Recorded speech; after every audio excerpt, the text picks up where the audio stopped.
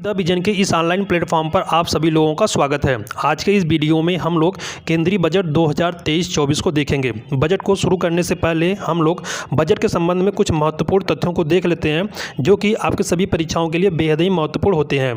देखिए, भारतीय संविधान में बजट शब्द का उल्लेख नहीं किया गया है, बल्कि अनुच्छेद 112 में बजट शब्द के लिए वार्षिक वित्तीय विवरण शब्द का प्रयोग किया गया है। भारत में सर्वप्रथम बजट प्रस्तुत करने का श्रेय लॉर्ड कैनिंग के कार्यकाल में कार्यरत वित्तीय सदस्य जेम्स विल्सन को है, इसलिए विल्सन को भारतीय बजट का प्रणेता भी माना जाता है। 26 नवंबर 1947 को स्वतंत्र भारत का पहला बजट वित्त मंत्री आर.के. षणमुगम शेट्टी ने प्रस्तुत किया था, जबकि गणतंत्र भारत का पहला बजट केंद्रीय बजट 1950 में जॉन मथाई ने प्रस्तुत किया था।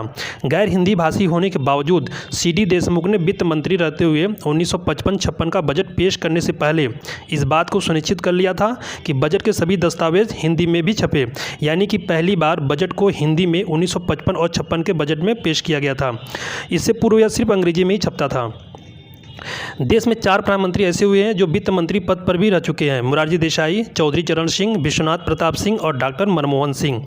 जवाहरलाल नेहरू ऐसे प्रधानमंत्री थे जिन्होंने अपने कार्यकाल में केंद्रीय बजट प्रस्तुत किया था, और भारत में सबसे ज़्यादा बजट पेश करने वाले वित्त मंत्री मोरारजी देसाई थे। उन्होंने कुल 10 बार बजट को पेश किया था।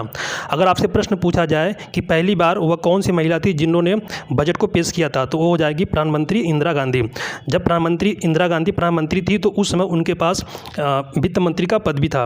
अगर आपसे पूछा जाए कि पूर्णकालिक पहली महिला जिन्होंने बजट पेश किया, तो वह हो जाएंगी निर्मला सीतारमण। भारत में ब्लैक बजट 1973-74 में पेश किया गया था। भारत का केंद्रीय बजट पहले 28 फरवरी को पेश किया जाता था, लेकिन वित्तीय वर्ष 2017-18 से 1 फरवरी से प्रस्तुत किया जाने लगा। वित्तीय वर्ष 2017-18 से ही केंद्रीय बजट में रेलवे बजट को भी मर्ज कर दिया गया था। आइए अब हम लोग बात करते हैं केंद्रीय बजट 2023 और 24 के बारे में। देखिए, प्रधानमंत्री नरेंद्र मोदी की अगुवाई वाली केंद्र सरकार के दूसरे कार्यकाल का 5वां और आखिरी आम बजट 2023-24 केंद्रीय वित्त मंत्री निर्मला सीतारमण द्वारा लोकसभा में 1 फरवरी 2023 को प्रस्तुत किया गया। यह अमृतकाल का पहला बजट है। अगर हम लोग अमृतकाल के बारे में बात करें तो 2022 से 2047 के समय काल को अमृतकाल का नाम दिया गया है। 2047 में हमारे देश की आज़ादी को 100 वर्ष पूरे हो जाएंगे। बजट अनुमान 2023-24 में कुल व्यय 45,03,097 करोड़ अनुमानित है। देखिए, अमृतकाल के विजन को प्राप्त करने के लिए 3 बातों पर फोकस किया गया है: युवा वर्ग पर विशेष ध्यान देते हुए नागरिकों के लिए अवसर, रोजगार सृजन में वृद्धि, सुदृढ़ और स्थिर बृहद आर्थिक वातावरण। आप लोगों को इसको PDF हमारे टेलीग्राम चैनल पर मिल जाएगा, जिसका लिंक डिस्क्रिप्शन बॉक्स में दिया गया है। वित्त मंत्री सीतारमण ने अपने बजट भाषण में कहा कि भारतीय अर्थव्यवस्था का आकार बढ़ा है और यह पिछले 9 साल में विश्व की 10वीं सबसे बड़ी अर्थव्यवस्था से 5वीं सबसे बड़ी अर्थव्यवस्था बन गई है, यानी कि भारतीय अर्थव्यवस्था विश्व की 5वीं सबसे बड़ी अर्थव्यवस्था बन गई है। आइए आगे देखते हैं। बजट की 7 प्राथमिकताएं, जिसे सप्तऋषि कहा गया। इसमें शामिल है समावेशी विकास, अंतिम छोर अंतिम व्यक्ति तक पहुंच, बुनियादी ढांचा और निवेश, निहित क्षमताओं का विस्तार, हरित विकास, युवा शक्ति तथा वित्तीय क्षेत्र। इन 7 पॉइंट्स पर बजट में फोकस किया गया है। अपने बजट भाषण के दौरान वित्त मंत्री ने शिक्षा, रोजगार और कौशल विकास से संबंधित कई महत्वपूर्ण घोषणाएं की। आइए इन सभी महत्वपूर्ण घोषणाओं को देख लेते हैं। देखिए, अगर हम लोग शिक्षा की बात करें तो देश के 740 एकलव्य मॉडल रेजिडेंशियल स्कूलों के लिए 38,000 शिक्षकों और गैर शैक्षणिक पदों पर भर्ती अगले 3 वर्षों के दौरान की जाएगी। यहाँ पर डाटा इंपॉर्टेंट हो जाता है, 740 एकलव्य मॉडल रेजिडेंशियल स्कूल। ठीक है, आगे देखते हैं हम लोग। बच्चों और किशोरों के लिए नेशनल डिजिटल लाइब्रेरी की स्थापना की जाएगी। प्रधानमंत्री कौशल विकास योजना 4.0 को अगले 3 वर्षों में लाखों युवाओं को कौशल संपन्न बनाने के लिए शुरू की जाएगी, और इसमें उद्योग जगत 4.0 से संबंधित कई पीढ़ी के artificial intelligence, robotics, mechatronics, IoT, 3D printing, drone और सॉफ्ट स्किल जैसे पाठ्यक्रम शामिल किए जाएंगे। यूनिफाइड डिजिटल इंडिया प्लेटफॉर्म की स्थापना की जाएगी, जिससे कौशल विकास में तेजी आएगी। वित्त वर्ष 2023-24 में सरकार ने आदिवासियों आदिवासियों के लिए विशेष स्कूलों हेतु 15,000 करोड़ रुपए का प्रावधान किया है। ये भी डाटा आप लोगों के लिए महत्वपूर्ण है। तो ये डाटा कितना है? 15,000 करोड़ रुपए। और किसके लिए? आदिवासियों के लिए, विशेष स्कूलों के लिए है। सिविल सेवकों और सरकारी कर्मचारियों में कौशल विकास को बढ़ावा देने के लिए ऑनलाइन ट्रेनिंग प्रोग्राम शुरू किया जाएगा, जिसे आई गॉट कर्मयोगी योजना नाम दिया गया है। देखिए, देश के टॉप शिक्षा संस्थानों में 3 excellence for artificial intelligence centres भी खोले जाएंगे। पंचायत और वार्ड स्तर पर पुस्तकालय खोलने के लिए राज्यों को प्रोत्साहित किया जाएगा। ये आगे देखते हैं। बजट 2023-24 के तहत स्वास्थ्य सेवाओं और मेडिकल इंफ्रास्ट्रक्चर के लिए की गई महत्वपूर्ण घोषणा, इनको भी हम लोग देख लेते हैं। एनीमिया को खत्म करने का लक्ष्य रखा गया है। इस बार बजट में 2047 तक एनीमिया को खत्म करने का लक्ष्य तय किया गया है। सिकल सेल एनीमिया उन्मूलन मिशन शुरू किया जाएगा और यह जनजातीय क्षेत्रों के लिए शुरू किया जाएगा। 157 नए नर्सिंग कॉलेजों की शुरुआत भी की जाएगी। आम बजट 2023 के तहत वित्त मंत्री ने 157 नए नर्सिंग कॉलेज खोलने का भी ऐलान किया। उन्होंने बताया कि साल 2014 से स्थापित किए गए मौजूदा 157 मेडिकल कॉलेजों के साथ को लोकेशन में 157 नए नर्सिंग कॉलेज स्थापित किए जाएंगे, जहां छात्रों को ट्रेनिंग दी जाएगी। मेडिकल उपकरणों के लिए भी नए पाठ्यक्रम की शुरुआत की जाएगी और इस बजट में इसकी घोषणा की गई है। आइए, मिलेट्स को मिला प्रोत्साहन, इसको देख लेते हैं। देखिए, भारत को श्री अन्न के लिए, यानी कि मिलेट्स बोलते हैं मोटे अनाजों को, और मोटे अनाजों को श्री अन्न के नाम से भी बोला जाता है या उस नाम से भी संबोधित किया जाता है, के लिए वैश्विक केंद्र बनाने के उद्देश्य से हैदराबाद के भारतीय मोटा अनाज अनुसंधान संस्थान को उत्कृष्टता केंद्र के रूप में बढ़ावा दिया जाएगा, जिससे यह संस्थान सर्वश्रेष्ठ कार्यप्रणालियों, अनुसंधान तथा प्रौद्योगिकियों को अंतर्राष्ट्रीय स्तर पर साझा कर सके। बुनियादी ढांचे का विकास। वित्त मंत्री निर्मला सीतारमण ने 2023-24 के बुनियादी ढांचे के विकास के लिए पूंजीगत व्यय को 33% बढ़ाकर 10 लाख करोड़ रुपए करने की घोषणा की है। यह डाटा इंपॉर्टेंट है। कितना है? 10 लाख करोड़ रुपए। और कितना परसेंटेज बढ़ाया जाएगा? तो बढ़ाया जाएगा 33%, जो कि सकल घरेलू उत्पाद का 3.3% होगा। आइए, पिछले साल 13 अक्टूबर को प्रधानमंत्री नरेंद्र मोदी ने माल ढुलाई की लागत को कम करने के लिए एक एकीकृत बुनियादी ढांचा विकसित करने के उद्देश्य से गति शक्ति नाम से राष्ट्रीय मास्टर प्लान लॉन्च किया था। आप लोग को याद रखना है कि यह कब लॉन्च किया गया था, गति शक्ति? 13 अक्टूबर 2022 में। ठीक है। ये 500 करोड़ रुपए से अधिक के निवेश वाली सभी लॉजिस्टिक और कनेक्टिविटी इंफ्रास्ट्रक्चर परियोजनाओं को पीएम गति शक्ति पहल के तहत गठित एनपीजी के माध्यम से साकार किया जाना है। पीएम आदि पिछड़ा जनजाति समूह योजना से 3.5 लाख आदिवासियों को लाभ होगा। यह भारत के ग्रामीण इलाकों के लिए क्या क्या योजनाएं हैं? तो ग्रामीण इलाकों में पीने के पानी के 9 करोड़ कनेक्शन दिए जाएंगे और 102 करोड़ लोगों के कोविड टीकाकरण के लिए 220 करोड़ रुपए आवंटित किए गए हैं। प्रधानमंत्री आदिम जनजाति समूह विकास मिशन लॉन्च किया जाएगा। कर्नाटक के सूखा प्रभावित इलाकों में सिंचाई के लिए वित्तीय सहायता प्रदान की जाएगी। ये परीक्षाओं में आपसे प्रश्न पूछा जा सकता है कि बजट में किस राज्य के लिए सूखा प्रभावित इलाकों में सिंचाई के लिए वित्तीय सहायता प्रदान की गई थी या उसकी घोषणा की गई थी। ये जाएगा कर्नाटक राज्य से। स्वच्छ भारत मिशन के अंतर्गत 11.7 करोड़ घरों में शौचालय बनाए गए हैं। स्वच्छ भारत मिशन की शुरुआत 2 अक्टूबर 2014 में की गई थी। उज्ज्वला योजना के तहत 9.6 करोड़ एलपीजी कनेक्शन दिए गए, यानी कि अभी तक उज्ज्वला योजना के अंतर्गत भारत सरकार द्वारा 9.6 करोड़ एलपीजी कनेक्शन प्रदान किए गए हैं। और उज्ज्वला योजना की बात करें तो उसकी शुरुआत 1 मई 2016 में उत्तर प्रदेश के बलिया जिले से की गई थी। 47.8 करोड़ प्रधानमंत्री जनधन बैंक खाते खोले गए हैं अभी तक। और पीएम सुरक्षा बीमा योजना और पीएम जीवन ज्योति योजना के अंतर्गत 44.6 करोड़ लोगों को बीमा कवरेज दिया गया है। प्रधानमंत्री जीवन ज्योति योजना की बात करें तो इसको 9 मई 2015 में शुरू किया गया था। पीएम सम्मान किसान निधि के तहत 11.4 करोड़ किसानों को 2.2 लाख करोड़ रुपए का नगद हस्तांतरण किया गया। और अगर हम लोग पीएम सम्मान किसान निधि की बात करें तो इसको 1 दिसंबर 2018 को इस योजना को शुरू किया गया था। आत्मनिर्भर स्वच्छ पादप कार्यक्रम का शुभारंभ 2200 करोड़ रुपए के प्रारंभिक परिव्यय के साथ उच्च गुणवत्ता वाली बागवानी फसल के लिए रोग मुक्त तथा गुणवत्तापूर्ण पौध सामग्री की उपलब्धता बढ़ाने के उद्देश्य से किया जाएगा। पीएम आवास योजना के लिए परिव्यय 66% बढ़ाकर 79,000 करोड़ रुपए किया गया। रेलवे के लिए 2.40 लाख करोड़ रुपए की पूंजीगत निधि का प्रावधान किया गया है, जो कि 2013-14 में उपलब्ध कराई गई धनराशि से 9 गुना अधिक है और अब तक की यह सर्वाधिक राशि बताई जा रही है। शहरी अवसंरचना विकास कोष UIDF की स्थापना प्राथमिकता वाले क्षेत्रों में आई ऋण की कमी के उपयोग के माध्यम से होगी और इसका प्रबंधन राष्ट्रीय आवास बैंक द्वारा किया जाएगा। इसका उपयोग टियर 2 तथा टियर 3 शहरों में शहरी अवसंरचना के निर्माण के लिए सार्वजनिक एजेंसियों द्वारा किया जाएगा। सूक्ष्म, लघु और मध्यम उद्यम, बड़े व्यवसाय तथा चैरिटेबल ट्रस्टों के लिए निकाय डिजिलॉकर की स्थापना की जाएगी, जिससे आवश्यक दस्तावेजों को ऑनलाइन साझा और सुरक्षित रखने में आसानी होगी। देखिए, 5G सेवाओं पर आधारित एप्लीकेशन विकसित करने के लिए 100 लैब्स स्थापित की जाएंगी, जिनसे नए अवसरों, बिजनेस मॉडलों और रोजगार संबंधी संभावनाओं को तलाशने में सहायता मिलेगी। चक्रीय अर्थव्यवस्था को बढ़ावा देने के उद्देश्य से गोवर्धन यानी galvanising organic bio agro resources धन नामक योजना के तहत 10,000 करोड़ रुपए के कुल निवेश के साथ 500 नए अपशिष्ट से आमदनी संयंत्र स्थापित किए जाएंगे। सरकार अगले 3 वर्षों में 1 करोड़ किसानों को प्राकृतिक खेती अपनाने के लिए प्रोत्साहित करेगी और उनकी सहायता भी करेगी। इसके लिए राष्ट्रीय स्तर पर वितरित सूक्ष्म उर्वरक और कीटनाशक विनिर्माण नेटवर्क तैयार करते हुए 10,000 बायो इनपुट रिसोर्स केंद्र स्थापित किए जाएंगे। विभिन्न राज्यों से कुशल युवाओं को अंतर्राष्ट्रीय अवसर उपलब्ध कराने के लिए 30 स्किल इंडिया इंटरनेशनल सेंटर स्थापित किए जाएंगे। आप लोगों को इसको भी याद रखना है कि कितने सेंटर, इंटरनेशनल सेंटर स्थापित किए जाएंगे, तो 30 है, 30 स्किल इंडिया। MSME के लिए ऋण गारंटी योजना को नवीनीकृत किया गया है और यह 1 अप्रैल 2023 से कार्य में 9,000 करोड़ रुपए जोड़कर क्रियान्वित होगी। वरिष्ठ नागरिक बचत खाता योजना में अधिकतम जमा की सीमा 15 लाख रुपए से बढ़ाकर 30 लाख रुपए हो जाएगी और युवा उद्यमी ग्रामीण क्षेत्रों में एग्री स्टार्टअप शुरू कर सकें, इसके लिए कृषि वर्धक निधि की स्थापना की जाएगी।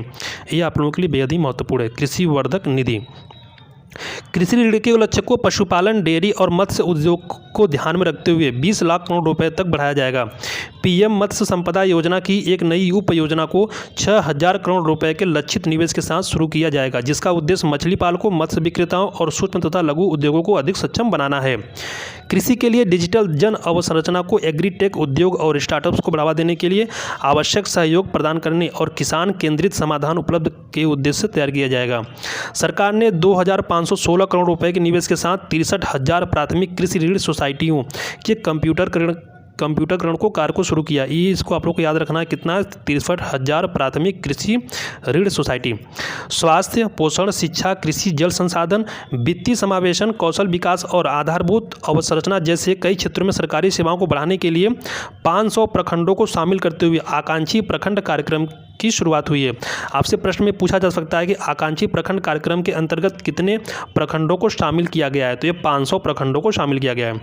अनुसूचित जनजातियों के लिए विकास कार्य योजना के तहत अगले 3 वर्षों में प्रधानमंत्री PVTG यानी कि पर्टिकुलरली वल्नरेबल ट्राइबल ग्रुप, जिसे विशेष रूप से संवेदनशील जनजाति समूह हिंदी में बोलते हैं, विकास मिशन को लागू करने के लिए 15,000 करोड़ रुपए आवंटित किए गए। बंदरगाहों, कोयला, इस्पात, उर्वरक और खाद्यान्न क्षेत्रों में 100 महत्वपूर्ण परिवहन अवसंरचना परियोजनाओं के लिए 75,000 करोड़ रुपए का निवेश, जिसमें निजी क्षेत्र का 15,000 करोड़ रुपए शामिल है। अवसंरचना में निजी निवेश के अवसरों को बढ़ाने के लिए नया अवसंरचना वित्त सचिवालय स्थापित किया गया। चलिए, हमारे शहरों को भविष्य के अस्थायी शहरों में बदलने के लिए राज्यों और शहरों को शहरी नियोजन सुधारों एवं कार्यों को प्रोत्साहन भी दिया जाएगा। लाखों सरकारी कर्मचारियों को उनका कौशल बढ़ाने और जन केंद्रित सुविधाएं उपलब्ध कराने योग्य बनाने के लिए एक एकीकृत ऑनलाइन प्रशिक्षण मंच, जिसका कि हम लोगों ने पहले भी बात कर लिया है, यह सिविल सेवकों के लिए होगा, आई गॉट कर्मयोगी का शुभारंभ किया जाएगा। कृत्रिम बुद्धिमत्ता को भारत में बनाएं और कृत्रिम बुद्धिमत्ता से भारत के लिए कार्य कराएं के विजन को साकार करने के लिए देश के शीर्ष शैक्षिक संस्थानों में कृत्रिम बुद्धिमत्ता के लिए 3 उत्कृष्टता केंद्र स्थापित किए जाएंगे। स्टार्टअप्स और शिक्षाविदों द्वारा नवाचार और अनुसंधान शुरू करने के लिए राष्ट्रीय डाटा शासन नीति लाई जाएगी। अस्थायी खाता संख्या यानी कि पैन, परमानेंट अकाउंट नंबर्स का इस्तेमाल विनिर्दिष्ट सरकारी एजेंसियों की सभी डिजिटल प्रणालियों के लिए पैन को सामान्य पहचानकर्ता के रूप में प्रयोग किया जाएगा। इससे कारोबार करना आसान हो जाएगा और यह कहीं न कहीं कारोबारियों के लिए, यानी जो बिजनेसमैन है, उनके लिए यह पहचान पत्र के रूप में भी कार्य करेगा। न्याय के प्रशासन में दक्षता लाने के लिए 7,000 करोड़ रुपए के परिव्यय से ई न्यायालय परियोजना को चरण 3 का चरण 3 शुरू किया जाएगा। राष्ट्रीय हरित हाइड्रोजन मिशन की मदद से अर्थव्यवस्था को निम्न कार्बन सघनता वाली स्थिति में ले जाने, जीवाश्म ईंधन के आयातों पर निर्भरता को कम करने 2030 तक 5 MMT के वार्षिक उत्पादन का लक्ष्य निर्धारित किया जाएगा।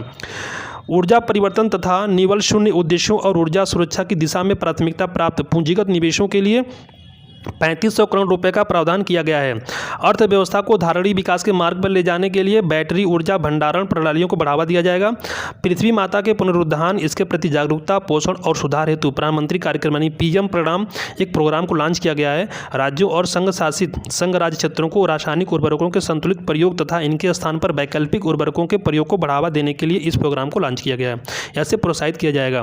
मनरेगा, CAMPA और कोष और अन्य स्रोतों के बीच तालमेल के माध्यम से तटीय रेखा के साथ साथ और लवण भूमि पर जहां भी व्यवहार हो, जहां भी हो सके, मैंग्रोव पौधारोपण के लिए तटीय पर्यावास और ठोस आमदनी के लिए मैंग्रोव पहल यानी मिष्टी की शुरुआत की जाएगी। एक योजना है जिसका नाम क्या है, मिष्टी।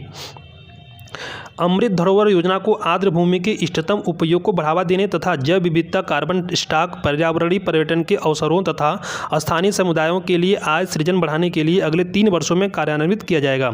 एकीकृत स्किल इंडिया डिजिटल प्लेटफॉर्म की शुरुआत भी की जाएगी। अखिल भारतीय राष्ट्रीय प्रशिक्षुता प्रोत्साहन योजना के अंतर्गत 3 वर्षों में 47 लाख युवाओं को वृत्तिका सहायता प्रदान करने के लिए डायरेक्ट बेनिफिट ट्रांसफर योजना शुरू किया जाएगा। 50 पर्यटन गंतव्यों को घरेलू और विदेशी पर्यटकों के लिए एक संपूर्ण पैकेज के रूप में विकसित किया जाएगा। आइए हम लोग आगे देख लेते हैं। देखो अपना देश पहल का उद्देश्य हासिल करने के लिए क्षेत्र विशिष्ट कौशल वर्धन और उद्यमशीलता विकास का समन्वयन स्थापित किया जाएगा।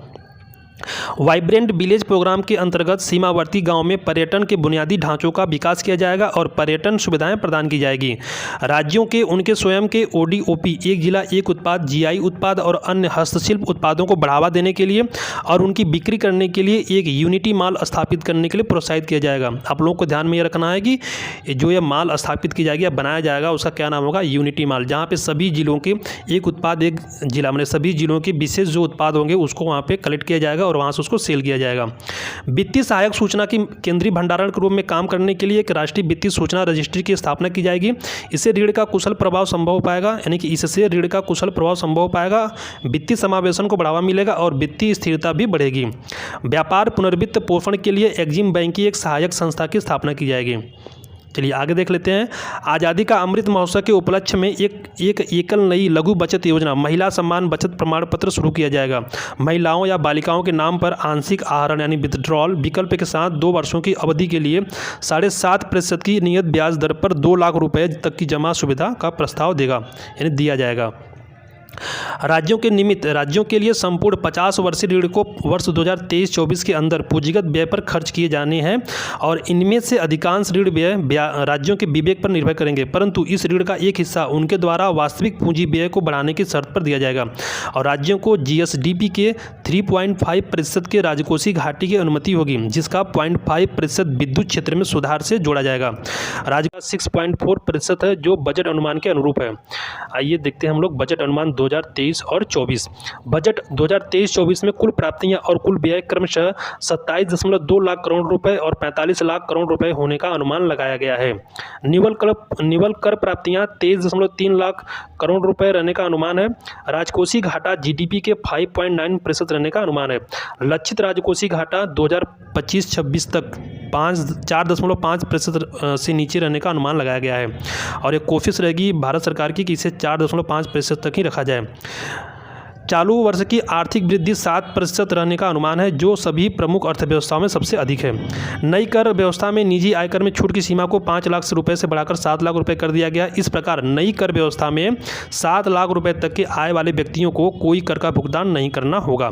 नई व्यक्तिगत आयकर व्यवस्था में स्लैबों की संख्या 6 से घटाकर 5 कर दी गई। ये भी इंपॉर्टेंट है, जो स्लैब की संख्या थी वो 6 से घटाकर कितनी कर दी गई, 5 कर दी गई है। और कर छूट की सीमा को बढ़ाकर 3 लाख रुपए कर दिया गया। पहले 2.5 लाख रुपए था, अब इसको 3 लाख कर दिया गया। इस नई कर व्यवस्था में सभी कर प्रदाताओं को बहुत बड़ी राहत मिलेगी। आइए हम लोग टैक्स स्लैब को देख लेते हैं।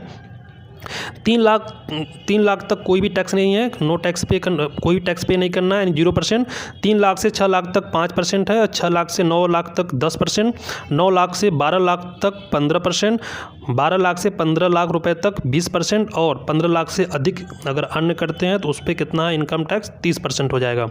तो यह रहा आज का केंद्रीय बजट 2023 और 24 से संबंधित महत्वपूर्ण तथ्य। अगर आप लोग को वीडियो अच्छा लगा हो इसे अधिक से अधिक शेयर करें, वीडियो को लाइक करें और चैनल को सब्सक्राइब करें। धन्यवाद।